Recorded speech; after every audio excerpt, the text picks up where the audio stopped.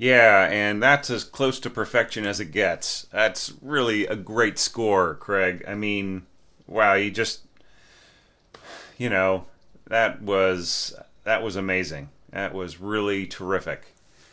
So, it's not just that you really really worked hard um, to present this in a specific style, just really just beautifully realized. But it's also that the presentation of it, like the mock-up, was just stirring. I mean that would definitely, I mean I can't see how that would not get performed, right? That it just is really, yeah, yeah. Just try to get this played, man, because that is really really well done. So as you might expect, I'll probably be talking about this score in terms of evaluating it, more in terms of like why it works and so on, rather than what needs fixing. There are a few little spots where I want you to think about the possible consequences of what you're asking. But for the most part, it's just really well done, and I really appreciated that in your mock-up you tried to get the most realistic sounds possible and so on. Okay. All right. So, starting off from the beginning, um, just very nicely done. English horn plus bassoon. We got the English horn um, inside the bassoon intervals here for your for the harmony, plus cello inside the viola. That's kind of a neat touch. So yeah, so you'll end up with like the viola plus bassoon sound, right? Plus like just like kind of a warm heart in the middle of that. Just really well thought out. You know what I mean? Just nicely thought out. Um, there are a few little missing things here and there. Like I think you need to tell us that this is like one solo, right? It's not enough to just say solo because we don't really know who that means, even though you would assume that it's the first. But we can't assume anything, right? So just really tell us should be the first solo, and what's more, that this should be divisi or non-divisi or whatever. Okay. So these are things I'm hoping. These are just little fixes that I'm hoping that you will put in your score, so that you can get it ready to, I don't know, send around, show around. If you got any conductor friends, see if they will play this for you, because it's really titanic. I think it's interesting the way you start slowly, a bit, and then you bring up the tempo here. Um, all right, so continuing on, like, and you just really like just continue with oboe as long as you possibly can before trading off to the flute, and of course that is moderated by the presence of sul tasto violin coming in, and eventually, just very very slowly starting to double it and become a presence as part of its sound, but still in the background rather than the foreground, right? So normally I would say, hey, if you want this to balance, you want the strings to be the same dynamic or louder than the winds. But in this case, it's really obvious that Craig intends for the oboe, having started with the solo sound, to be supported by the strings, but not necessarily, not necessarily merging with them, right? Now, for the most part, you are keeping your slurring short and sensible. And, I mean, in the context of the fact that you have got lots of downbeats that are being supplied, da, da, da, I mean, it sort of works, right? And you're also matching what you feel is the right curve here, in or arc here in the oboe. So that's okay, but just think about if there are other alternatives, like if you want the downbeat to have any emphasis of articulation. Okay, so just consider it, because there are other places where there definitely is, even though you're trading off, you do end up with some articulation emphasis there and here, right? So, always matching up is not necessary sometimes, and always, you know, slurring across the downbeat is not always the greatest thing to do. Okay, so I've mentioned it in other other evaluations, but it's for you to take or leave. But just think about if there's any other way to state this at the opening. Otherwise, like in terms of the actual orchestration itself, it's done very, very well. Wind chimes, like the little rolling timpani here. I like the fact that these are, an octave apart, right? And then you just get this little boom. Here I would just say half note pianissimo sostenuto, right? As opposed to having like just sort of letting the drum head vibrate forever. The timpanists really do want to control it, right? So I would just mark a shorter definite time value here. Okay, but yeah, and this really Hollywood right in there.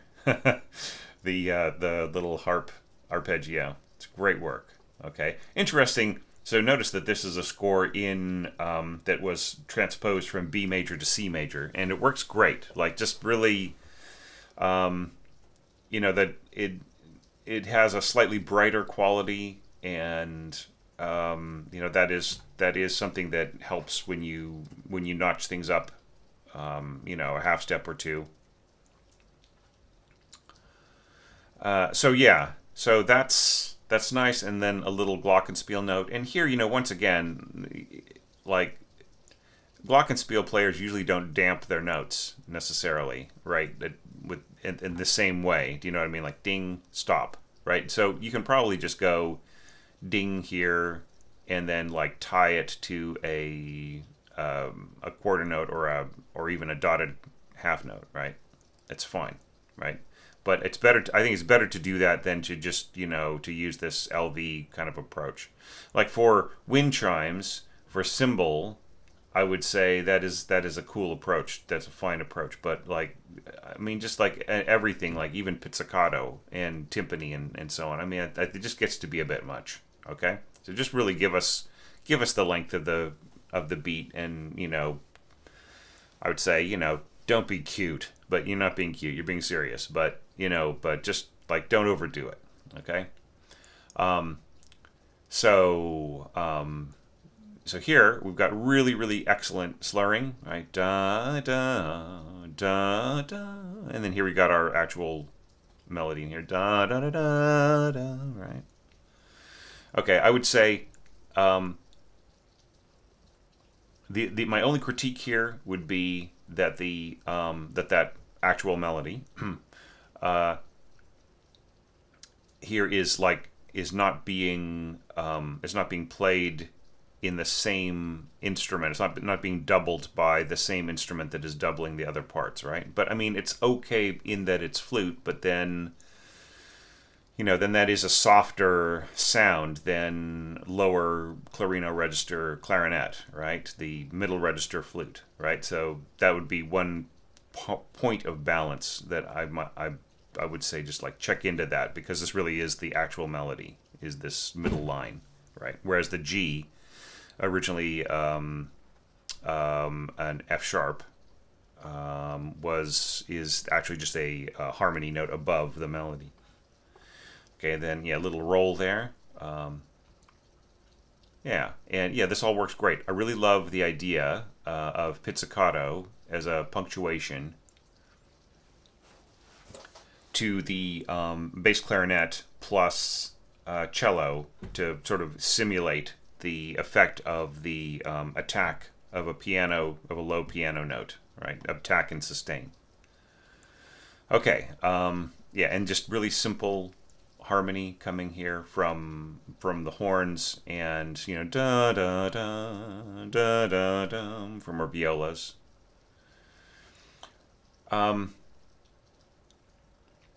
the real fun thing right in here are the the trilled oboes, really soft trilled and fingered tremolo oboes right in here, just really lovely. Okay, so that works great. Okay, and then you got a little bit of extra support here on this sounding G, written A for the clarinet. Okay, so that's fine so long as it isn't like, and then then we've got all the elements of the harmony right in here in this harp roll. So yeah, so there you aren't putting too much weight on that upper harmony note, right? So it all works great, right? So this is an example of how to handle that upper, the trying to keep the upper harmony note from becoming too much the melody, right?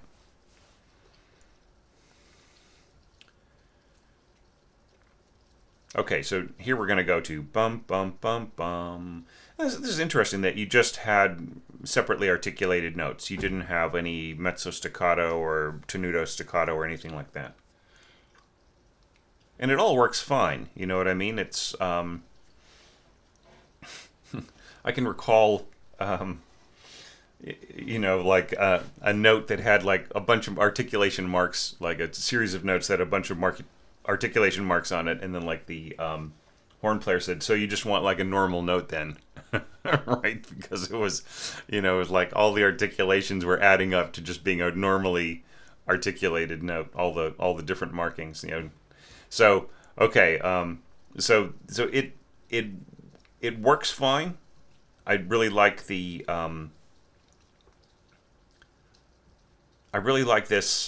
approach right in here. I would say this is probably a place where you want your horns to merge with your strings rather than playing over them. And at this point, especially going all the way up to G here, the horns are going to shout out over the strings. So your strings should be mezzo forte, okay?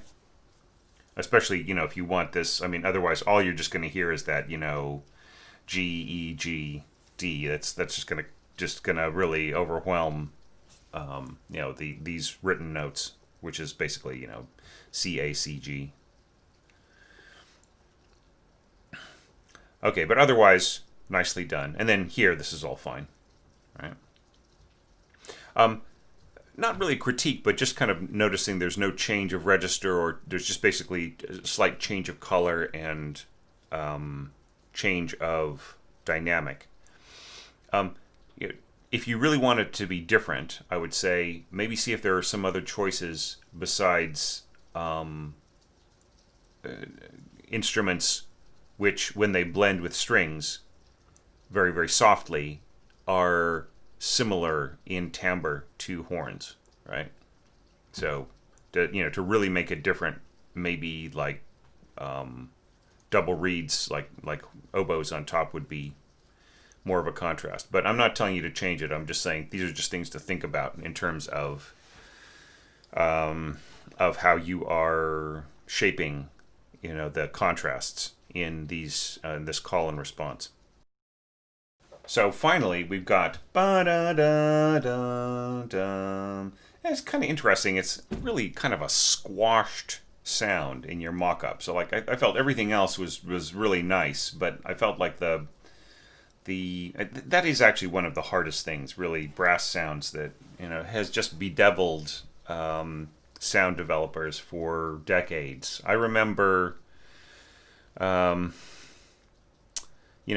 felt that it took 15 years before, at the beginning, from the beginning of when they were really seriously trying to make good samples, say from, kind of starting in the 80s until the late 90s. I did not actually hear good brass patches, convincing ones, until like the late 90s, and then still like in the context of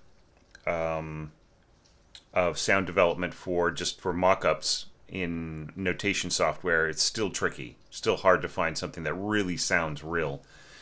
Here I would say that this was the only part of your mock-up that did not really sound that convincing. That in terms, I feel straight mutes should have yeah, I mean, should have a flattened sound, not flattened in pitch, but like flattened in terms of timbre.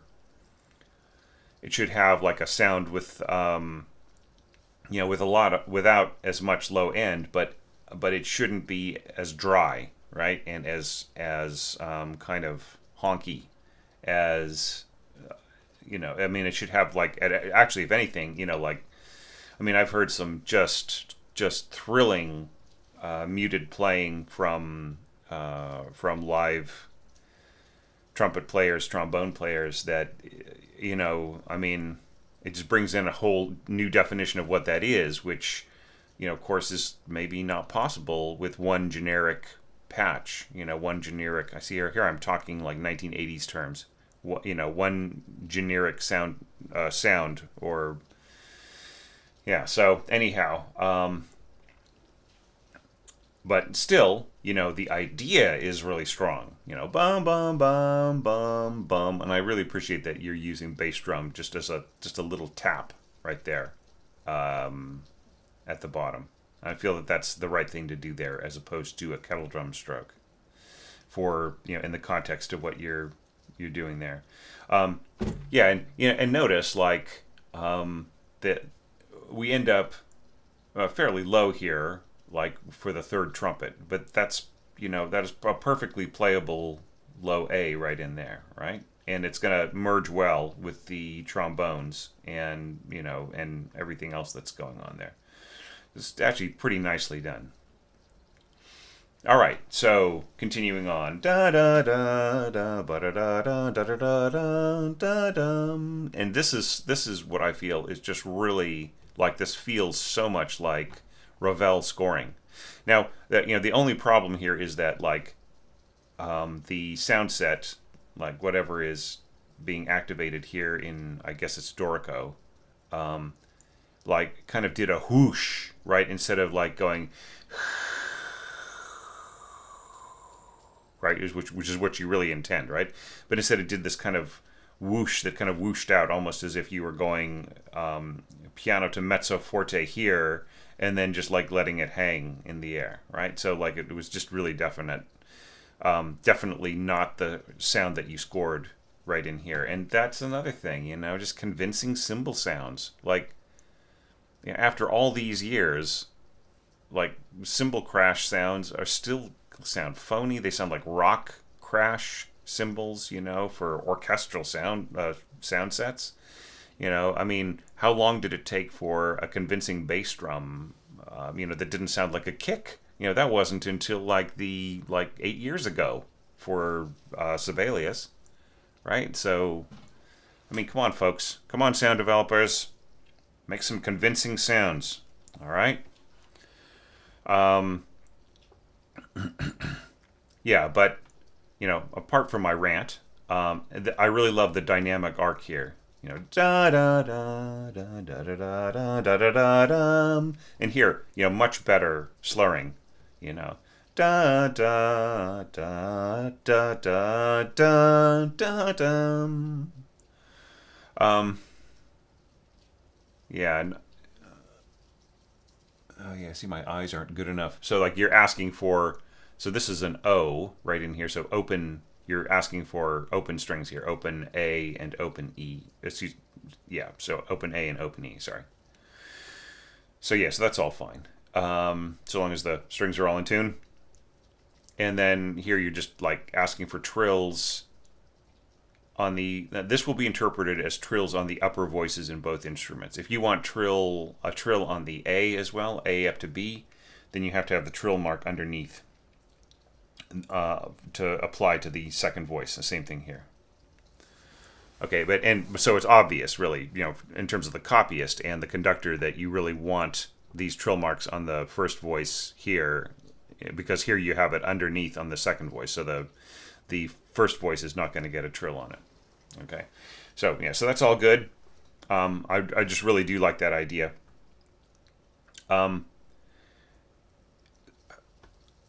My only critique here is that I feel that the strings could be just a little bit louder, right? Because like right here, the winds are going to come in, right? And then this is all perfectly scored, just really, really, really nice. Just feel that the strings are going to be a little inaudible by the end here, which I'm sure you didn't intend, right? So yeah, I would like maybe if you marked forte here, right, and accented the beginning of the trills, right, and then diminuendo down with everybody else. I think you get a better effect. I mean, it's magical the way that it sounds in the sound sets, but definitely these trills will really disappear under the winds, and you lose that kind of sense of that kind of sense of ambiguity and rustling and everything else, right? Especially once the horns come in. But it's really nicely scored. This is like my favorite part in your entire orchestration is just right in here, right? And yeah, just like this is interesting. So two voices, like double trombones right in here.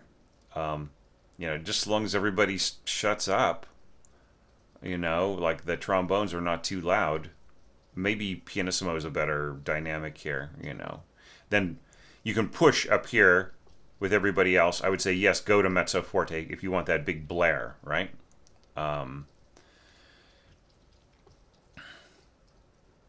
And yeah, and also nicely done here, piccolo flute octave combination, da da da da da da dun, and then your little resolution here with the triangle, right? So here, yeah, you don't even need to write LV if you just have an incomplete tie, right? That means LV, so you don't need to overdo it, right? You can just get rid of that LV.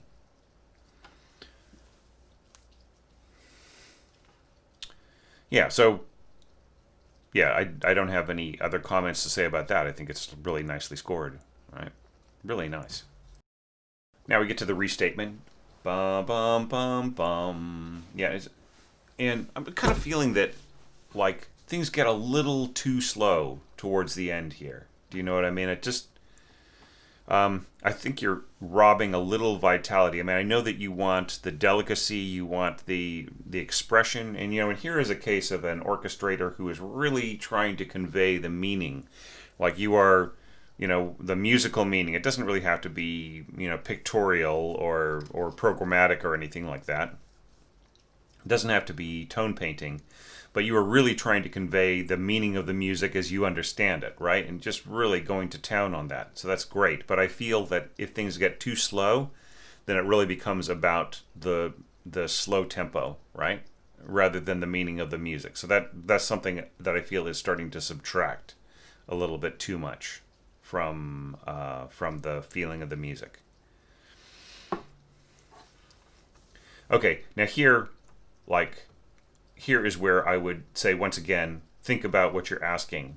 Like octaves. This could be divisi, but yeah, whether it is or not, especially at the slower tempo that you're asking, da, da. Do you really want that? Or do you want da, da, like you did at the beginning? Da, da, or even da, da, da. Okay, and just little touches of timpani and pizzicato and these fifths and so on. Bassoon, contrabassoon, really nicely done. Just beautiful filling in of harmony without it being, without it just like being clunky or too full or whatever. And really nice, nicely done in terms of like the dynamic balance here. Right, so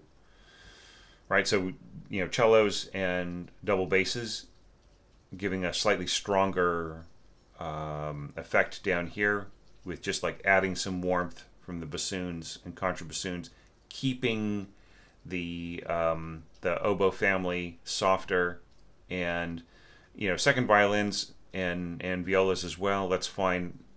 This will still be a good mixture, and then the melody can be piano, right? And so aside from that, like once again, crossing the downbeat, slurring across the downbeat. Just think about it, okay? Like if you feel good about it, then go with it. And then yeah, yeah, I don't know. Now, here you are running into some slightly risky territory, right? So we're going diminuendo into a high G on piccolo, right? So you may have heard some of my admonishments in previous evaluations about how, above E, the piccolo starts to lose its ability to really completely control its dynamics down to like really completely, to be really, really soft, right? So just watch out, right? So I've already, I think in the previous evaluation, I suggested like, what if the first violin went to just kept holding this G and then just added added the node of a fourth, right? So turned it into an artificial harmonic in order to get the G 2 octaves higher, and then the piccolo just stayed on a more manageable lower G, right? Just to really keep things completely under control, because you are already going to hit that with the glockenspiel note anyways, right? Which will clarify what's going on there. You don't need to completely realize that with an actual G from the piccolo. So, just like normal piccolo playing up there, going up to that G or up to F sharp if you're not transposing, it's fine. It's just the question of absolute delicacy, that where the orchestra just completely stays under control and the conductor can shape it with just the merest gesture, right? I just feel like the higher we get here with these piccolo notes, just the more risky that becomes. All right.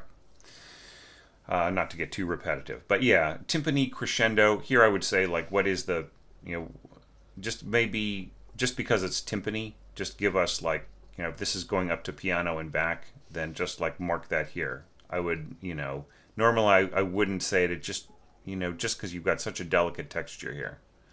Maybe it's not needed. I don't know, but yeah, just a thought. Okay, everything else though, in terms of like the harmony right in here, like, and then bass clarinet,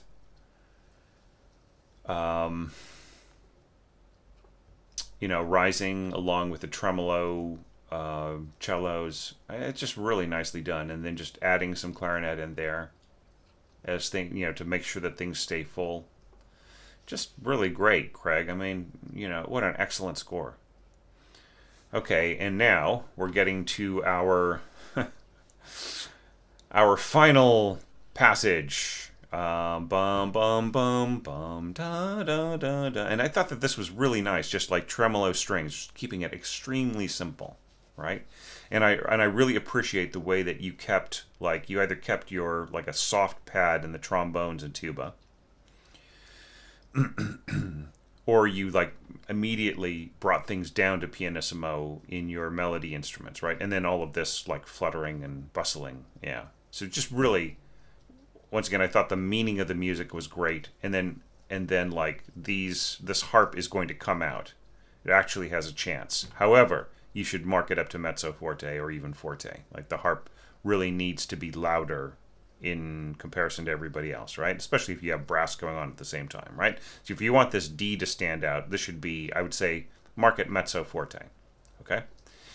And then, yeah, so we're growing here, little boom, and this right here, as the horns and trumpets get higher, they get more penetrating in their, in their projection, even though you're keeping it at piano. So if you want this harp note to stand out, it really would have to be a solid forte, okay? And this is all good, like you're continuing your formula, which is nice.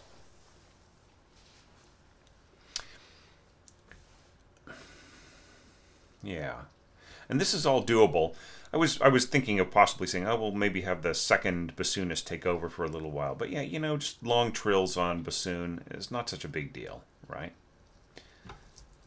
Maybe, like, I did study this, but I didn't remark on, like, the, like the breath, the commitment of breath right in there. It's just, yeah, it's fine. It's fine. Don't worry about it. Here, like, you bring up the volume a little bit on trumpet, and horn, this time playing in unison, first and second plus horn. And then you've got clarinets and flutes, and so this will be a good match for the brass below it. Okay, but I kind of still feel that there's just going to have to be a little bit of balancing in there. Because I mean, look, so long as they aren't really playing too loudly, it's probably fine. But yeah, I just still would obsess about this a little bit. All right. But I mean, I guess it'll work. That would be the only part I'd be dubious about right in here, is whether or not the having triple or quadruple brass below at mezzo piano would balance with just first flute and first clarinet above, right? Just thinking about that, right? But you're trying to balance everything else, and that's well taken, right? You just really never get all that loud with your brass, and just the scope of the music is what gets bigger, right? And that's nice. And then here you've got this crescendo right in here, and I think that's nice because that leads us to here. Nice solid notes in the bass here, mezzo forte, bassoon family, and lower strings, along with bass trombone and tuba. And just ba-da-dum on the timpani. Yeah, so that's pretty nicely balanced. And then you finally allow, I guess this is still A2 trumpets, and then this will all come through very clearly, so the only fly in the ointment here is like violas at mezzo forte against trumpets at mezzo forte. You're not going to hear the violas very much right in there, right?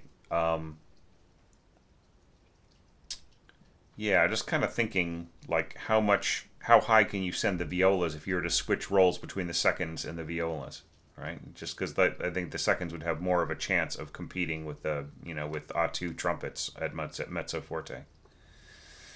Yeah, but one way or another, this should be forte. Whatever string instrument ends up playing this, that definitely should be forte, because just to compete with the how loud that is. Or you could just bring the trumpets down and just rely on the other instruments to be bigger. But yeah, that's the problem right there. Or you could just leave it as is and just hope that things kind of balance in the end, which they sort of won't. But you just be adding string quality to the trumpet part for a while.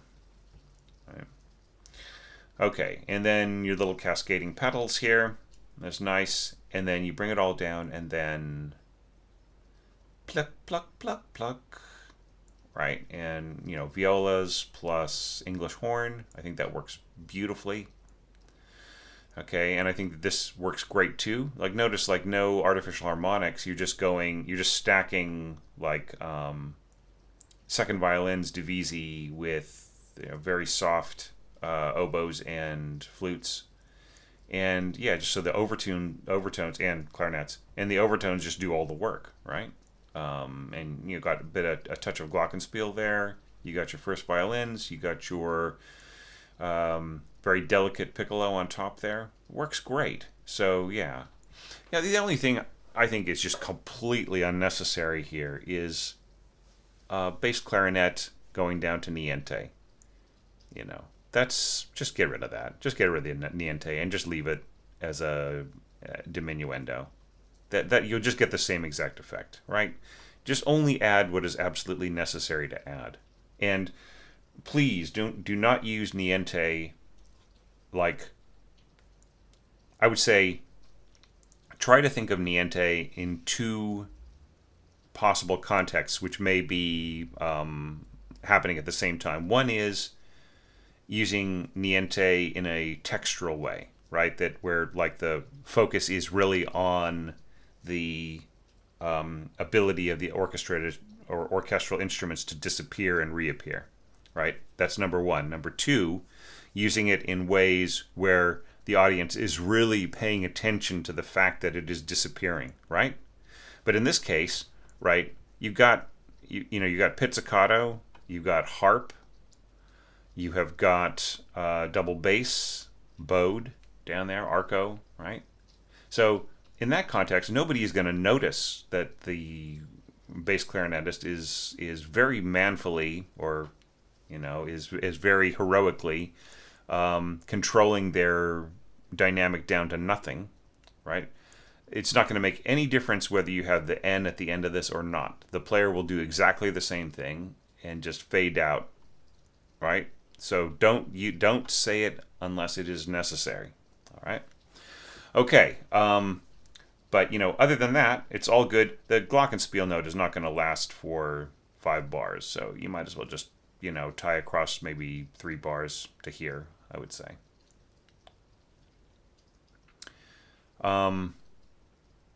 Yeah, so just, so those are my little possible suggested edits, right? So, but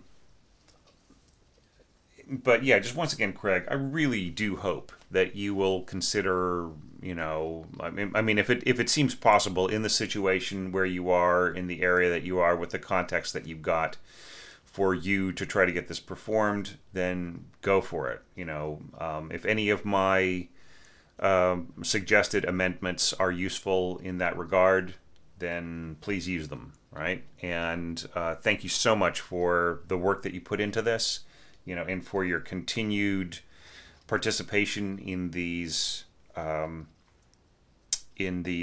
challenges. It's just been great to include you and to just have another perspective from you every year. That's just been brilliant. And for that relationship between us, me as a coach, kind of being, watching your abilities, your development, and everything else as an orchestrator, and for that to be part of supporting the channel, that just means, that is extra special, right? So I just really appreciate that. And that really goes for anybody else who has been participating in these challenges, every year, or whenever they could, but over the years have been a familiar presence. It really does mean a lot, and I really appreciate it so much. So so thank you so much, and I will see you guys in the next evaluation.